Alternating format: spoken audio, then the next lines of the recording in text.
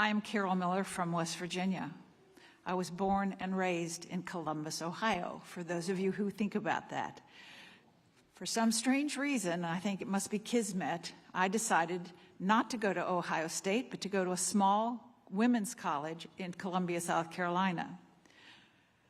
I met my West Virginian in South Carolina. 51 years later, I love West Virginia. I love the people. And a lot of you in this room probably have relatives either in southern Pennsylvania or in West Virginia. We are very much the same people. I think we've established the importance of keeping the Tax Cuts and Jobs Act. It's so important, and what's coming ahead. I'm a small business owner. I shake my head. I mean, I bought apartments when I still had kids in diapers. I painted them when I couldn't afford somebody else to do it. I've been ankle deep in sump pump water. I've had my hands down the back of toilets. I'm a business owner. I'm an LLC. I am not a bad person for being a corporation. And I can remember those huge printouts. Every time I had to make a payment, I'd mark it off.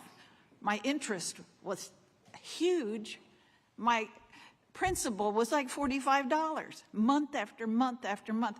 People who make policy don't often understand the risk that people in business take, small businesses in particular. And those small business people are the ones that support the Little League teams, that help the Boy Scouts and Girl Scouts. They're the ones that are reinvesting in their people and in their community. West Virginia is about 95% small businesses. So now I'll go back to my notes. I do represent rural West Virginia, and we live in a community that's very similar here. When I moved from Columbus, Ohio, it had 600,000 people, and my community had about 90, and I thought, what a charming small town. There are 50,000 people in my city right now. We have suffered from bad policy and bad ideas, but like these opportunity zones, they have become a very effective tool to help investment in our communities. I saw our glass plants. I saw so many plants leaving in the 80s and in the 90s because of policy. So it's so important that we do what we do. I'm an original co-sponsor of Chairman Kelly's Opportunity Zones and Transparency Extension and Improvement Act, and I strongly support it. Mr. Hawkins, thank you for working to help develop the Opportunity Zone policies. You know, we've seen the impact in our communities across the country, and it's really great to be here in Pennsylvania and drive around in this beautiful town and see the before, the during, and the after. I'm very impressed with that. So I do want you, Mr. Hawkins, to give us some of your wonderful ideas on how we can do better and how we can target in our communities. And I know we probably don't have enough time for you to give us those pearls because I've heard some of the things you've said, but it's just so important that, you know, we benefit from these opportunity zones. Mr. Whiting, thank you for being here, and I'm impressed what I've heard about Erie's development today, and got to be with you earlier in the day. We're redeveloping Huntington and Charleston along our main streets in our town. Can you explain how long it's taken for Erie to see the benefits of the Opportunity Zone program and why it's so important that it should be extended?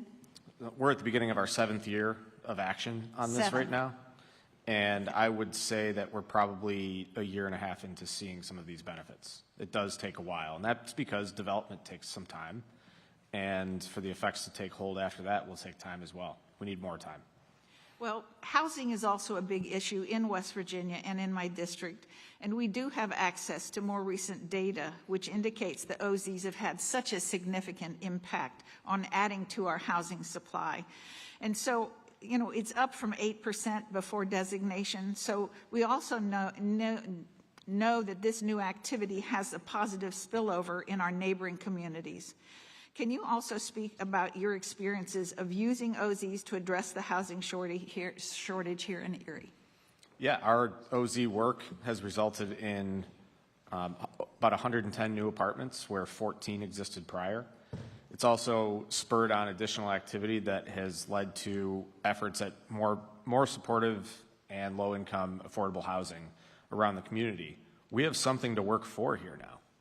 This is a place worth investing in. This is a place worth creating new housing in now.